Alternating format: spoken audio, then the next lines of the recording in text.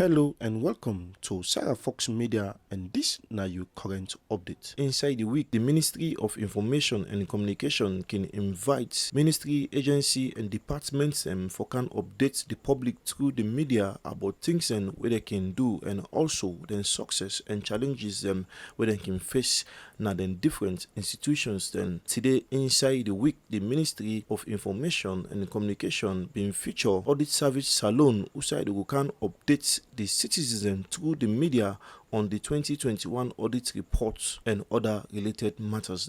Not just sufficient to be bringing ministries, departments, agencies to talk about successes of government, but it's also important that we talk about challenges as well, so that we speak to all of those within the general scope of things. So it is my singular honor and pleasure to give the floor to the Assistant Auditor General of Sierra Leone, the quintessential professional himself, someone who has carved a niche for himself, well respected, not just in Sierra Leone but beyond.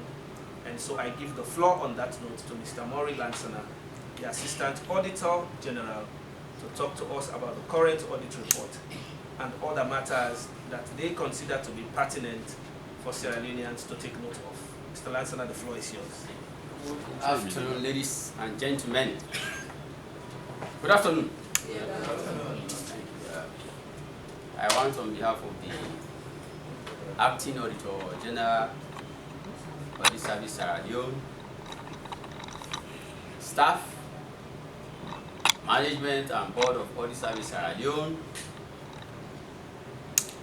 to wish all of you a prosperous 2023. I will look at issues in the 2021 audit reports, talk on challenges and successes of the Audit Service Sierra Leone, and then what we intend to do going forward. Now, the report that you see year in, year out that is produced by the Auditor General is as a result of just complying with the constitutional provision at the end of every year, a report must be sent to Parliament. Now, people may want to know what report. We are in 2023. 2023 will end, and the Auditor General has to submit a report. Financial management provisions have been made. The Public Financial Management Act made provision. The account that is being spoken about in the Constitution is the public account of Sierra Leone, or the government account. Now, who prepares that account? We all know that we have an Accountant General of Sierra Leone under the Ministry of Finance. He is our chief accountant.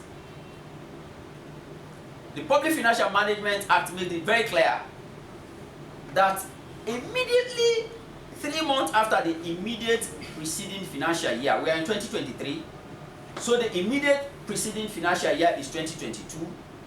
So 3 months after the end of the immediate preceding financial year, so 3 months after the end of 2022 will be March 2023. What does the Act say? The Accountant General must now put all the activities of government, be it revenue, be it expenditure, be it public debts, as the case may be, in the form of a report. That report is what we call the financial statement. That is the report that is submitted to the Auditor General for auditing. So we are waiting for that report. So we are in 2023. The report that will be sent to Parliament come on or before December 2023 will be the report that will be submitted by the Accountant General, which we call the financial statement of the general purpose financial statement, that will be reported on based on the professional judgment of the Auditor General. That is the report that we report. But also in the same Constitution, Section 119, subsection 6, it says, in the course of carrying out its functions, the Auditor General shall not be under the directive of anybody. So in the course of our work, this mandate that is given to the Auditor General in Section 119, subsection 2, whilst carrying out that duty, nobody directs, nobody tells, nobody dictates to the Auditor General how that function has to be performed. Nobody. However, there is a caveat there. However, if the President in his wisdom through Parliament wants the Auditor General to carry a function, a specific function, maybe this is a request, in this case it is a request. If a request comes from either Parliament or the Presidency. Now, because Section 1 and Section 6 say nobody should direct, so it has to be a request coming. So if that request comes and the resources are there, the means are there, then the Auditor General will undertake the work. But in the course of that work, how he plans, how he determines what to test, nobody directs. That was the more reason why you see sometimes in 2018, when a request was made by His Excellency the President for a technical audit to be undertaken. That was a request that was made, and we all saw a technical audit that we did, and a report was issued, same processes and procedures. We are a public office, and as shares, we too are subjected to the same scrutiny like we do for other institutions. But in our own case, Parliament has to appoint auditors to audit the operations of Audit Service Sierra Leone. The same money that you get, the same boss is the same boss like any other ministry department. Now, having said this, I think we'll talk about the audit process. This is what we do. At the start of every financial year, for us, the financial year, the year 2023 that we all celebrate to be a new year, is our financial year for the audit of 2020 account. So meaning 2020 has just ended, we are now preparing for the audit of 2020. What do we do? Where do people go for holidays? Audit service, we don't have holidays. The only holidays that we celebrate are the public holidays that is given to every public official. Our job is round the clock, 360. Now, when we completed the time set for the 2021 audits, we immediately went into motion to start planning for the 2023 activities, 2022 activities. Now, so getting towards the end of the year, we sit, all of the units, be it corporate or technical, we sit. We all have portfolios. These are looked into, and we have to rate all our clients. We have so many clients. So many. Let's take schools alone. We have over 10,000 schools. Ministry of Education will give you that data. So many schools. Take the public health units, the PHUs, the children councils, the ministries, the department. There are so many. We have that database, so we cannot audit all of them at one go. What do? We have what you call interest areas that determine how we attach or assign risk, how we rank our clients. What are some of these interest areas? One, we will now look at the budgetary allocations of governments to all of those institutions that we are talking about. So we'll take one, for example, budget as a yardstick. Which areas have government spent a lot of money within this particular period under review? We will consider that as one factor. Remember, where government money goes, that is where we expect services to be delivered to the people, and assurance we need to give assurance, because we are assurance givers as to whether public monies are being utilized the way they are being appropriated by Parliament and allocated to the individual ministries by the Ministry of Finance, as the case may be. Two, public interest. We also listen to you. Public outcry. Where are public interest? Where? Is it on water? Is it on electricity? Is it on roads? So in the course of the year, like for the whole of 2022, we are taking stock of what are some of these interests. Every day, on a daily basis, the IC officer buys all of the newspapers in this country on a daily basis. We don't buy them for fun's sake. As individuals, we like reading. For those who want to read, we read news. But as an institution, we take data of information that will be key in our planning. Three, donor interest. We all know Sierra Leone on a day-to-day basis. if public officials talk today, they will explain to you the level of support that we are getting from donors. So their interest policy, remember, donors' money are also equally taxpayers' money, other taxpayers' money. They may want to know whether the monies that they give, the support that they are giving, are actually being utilized for the intended purposes. So look at the interest of that. Government interest. Every government comes with its own agenda. The current government is talking about what? Education. Not so? So, if it is education, then education should be primary. In fact, our primary interest. So all of these things that I'm talking are put together. Revenue generation is the entity generating revenue. We know we rely on revenue on a daily basis for government to get money. So we put all of this together and then rank. We give them ratings. So based on those ratings, the outcome now determines which entities we should prioritize in our audit. And if we can confirm that if all of what I've spoken about are concerns and they are rated 555, for example, high, then it means the outcome definitely will be high. So all of those that will be given those highest ratings are those that we consider first. So in selecting our clients, that is the instrument you use. You don't just sit because the audit service is actually charged with the responsibility of auditing public institution. So therefore we decide institution A, you have to be audited this year and you will not be audited this year. No. There is something that guides. And all of what I'm talking about, this guidance, these are benchmarks for best practices based on international standards that governs the operation of supreme audit institutions. So it therefore means that the same benchmark that we use in Sierra Leone is the same benchmark that will be used everywhere in the world for similar institutions like ours.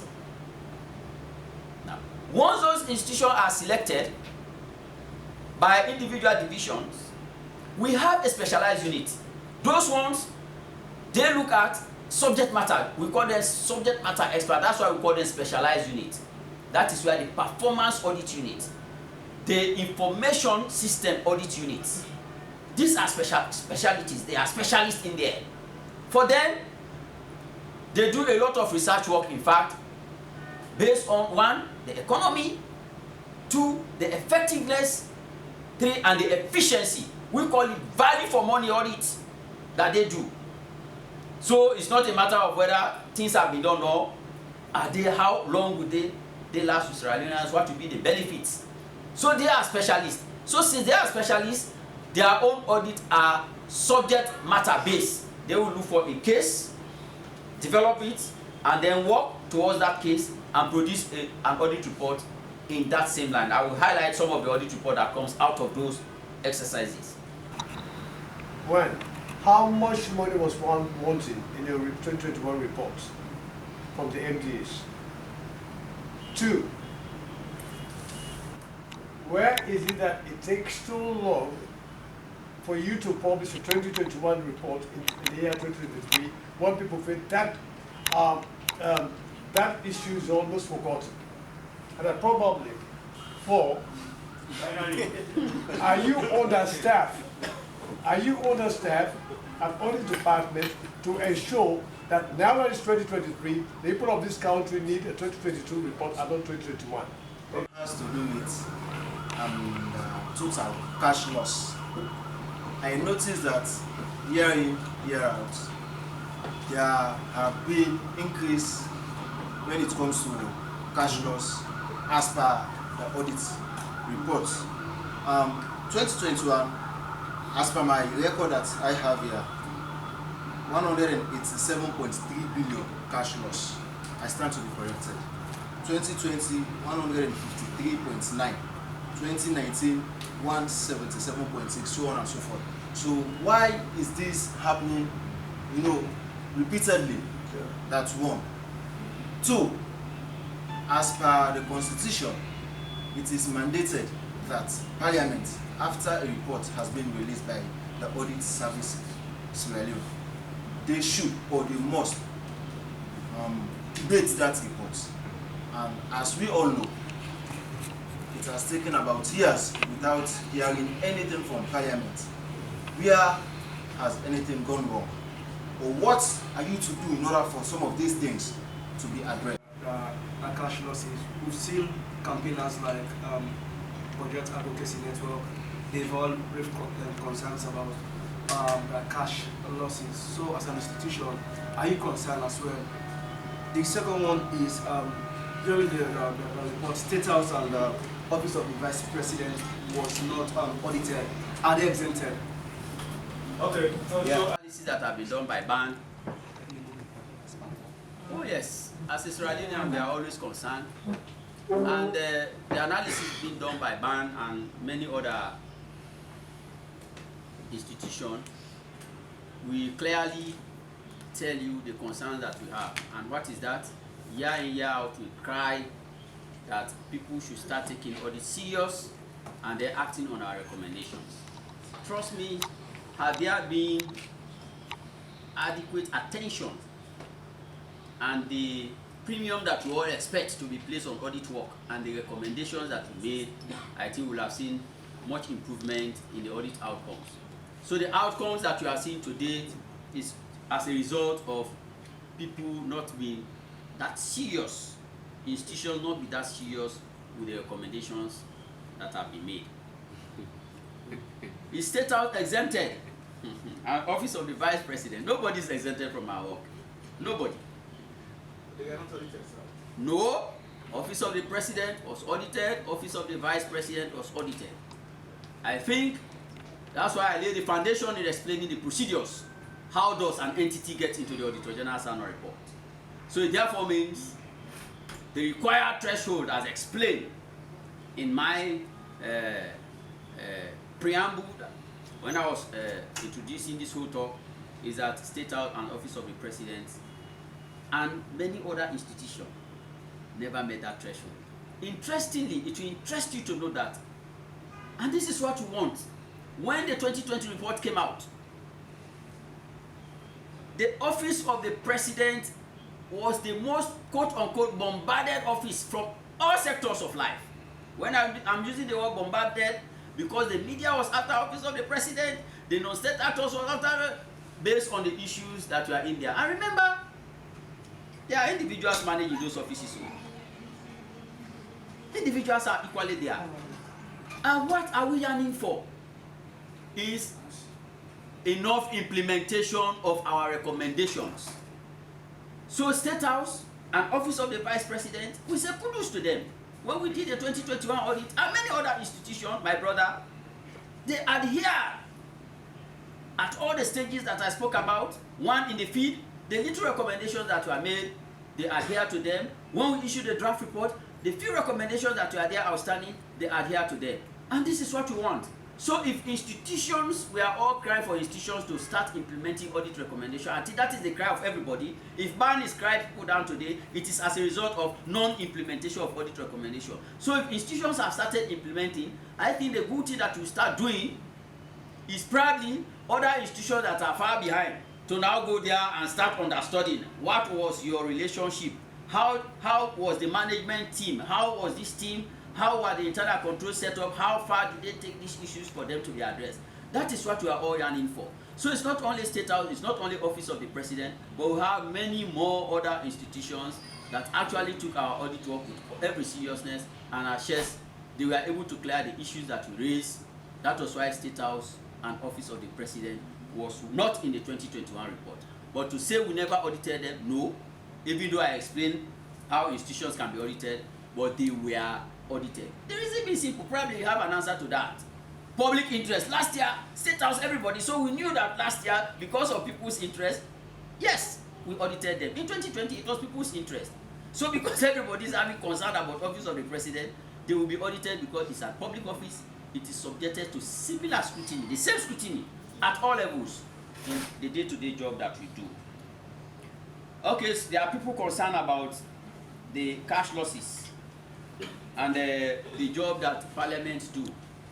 Yes, of course, on the cash losses at the level as it is, somebody is concerned about how much for 2021 in 2021 audit report. In 2021 audit report, the cash loss is there. The report says 2021, but when you look at it, for those who have had opportunity to, and I encourage all of you, if you don't have a copy, it is on our website. If not, the information man is here in whatever way so that you get a copy. It's nice to have a look at it and see how you can corroborate what I'm saying. In this report is that to actually spell out the issues by year. So when you go to 2020, 2017, issues that fall within 2017 is clearly spelled out there, 18, 19, and up to 2021, clearly. Equally so, we are dealing in loans in Sierra Leone, but some of our transactions we are done in foreign currencies. Like for the embassies abroad, they are not dealing with the Leone. So they are dealing with either the euro, the pounds, and the euro, pounds, or dollars, as the case may be. So the report is in those areas. There are certain transactions that we did with Sierra Leone. We awarded contract in dollars, and some payments were made in dollars. So the issues are there. On the cash loss, we set those monies, if they go missing, this is what we observe. There are irregularities, but if they go missing, can we sit for a while and think of the services those monies will have rendered to us? Remember, there are institutions there that are, like the health institution is there, the education, there are those that relate to roads. Yes, in as much as those activities may have been identified as losses or cash losses, but can we think for a while, what is the impact of those losses on service delivery? Let's take, for example, health. If drugs have to be supplied and drugs are not there, and we consider it, because we never saw the drugs, that's why we consider issues there as cash loss. But can we, for once, a second, think of the lives that may have been lost because drugs were not there? We all cry down when Ebola struck, when Corona struck, and government tries as much as possible to provide resources for these things to be there. And somewhere along the line, we go in to give assurance to the people that those items were supplied and they are not there. These are the concerns of Audit Service Sierra Leone, and this should be the concerns of every Sierra Leonean's service delivery. What is the impact of those losses on the services that government will have provided for the people of Sierra Leone? Somebody will say, for why it takes so long? 2021 report was not produced in 2023. 2021 report was produced in 2022. Last year, December, we submitted the report to Parliament. I think because of the holidays, only after the New Year that we are having some deliberation around it, but we submitted the report to Parliament last year. And on the 8th of December, and interestingly, why 2021 submitted in 2022? Because of what I explained. I'm not received the account for 2022. We only get it on or before 31st of March. So we are actually getting the activities for 2022 in 2023, and we have 9 months to audit and report. Somebody was asking whether we are concerned with regards Parliament. Yes, that's what the law says, that those irregularities identified are actually reported to Parliament. I wish a parliamentarian would have been here for you to ask what is happening with our report that have been submitted. Interested, it's not only the Auditor General's annual report that is being submitted to Parliament. We are also submitting performance audit reports. These are subject matter standalone reports. Like the school feeding program, we've done a report on it, it is with Parliament. The public debt issues, we've done a report on it, it is with Parliament. The prisons, inmates issues, probably some of you covered it in your newspapers, it is there, it is in Parliament. And so these are the little things that we do, but year in, year out, we did Ministry of Information last year. Our teams are in now this year to audit the 2022 account, their activities. What we have, however, if somebody was concerned whether these reports are not deliberated, what are we doing now? We are not sitting. Each year when we come, we still do a follow-up on our previous recommendations. So what we will do each year when we come up in those outstanding issues that are in the Auditor General's annual report and those other management letter points that we are not that material to be included in the Auditor General's annual report, but we know cumulatively over a period their impact will impact on the operation of the entity. We will look at them and see what comes out of it, and they will become part of our current audit. I think so far so good. Understaffed, somebody was saying, are you understaffed to do audit in 2020? Of course, staffing, yes, is a concern, but staffing goes with finances, and those finances are actually finances. We would have loved to have all the complement of the staff in the world to do all our clients at one go, but that is not the case. However, because we are guardian of Sierra Leone economy, that's our motto. What we are doing is that the little resources that we have, we are actually trying to maximize them. That's why I explain how we rate institutions, so that we can just match with the little resources that we have, so that Sierra Leoneans will get the value for money for paying us to audit the public offices. From Sierra Fox Media, Ishak Mohamed Tijan, the report.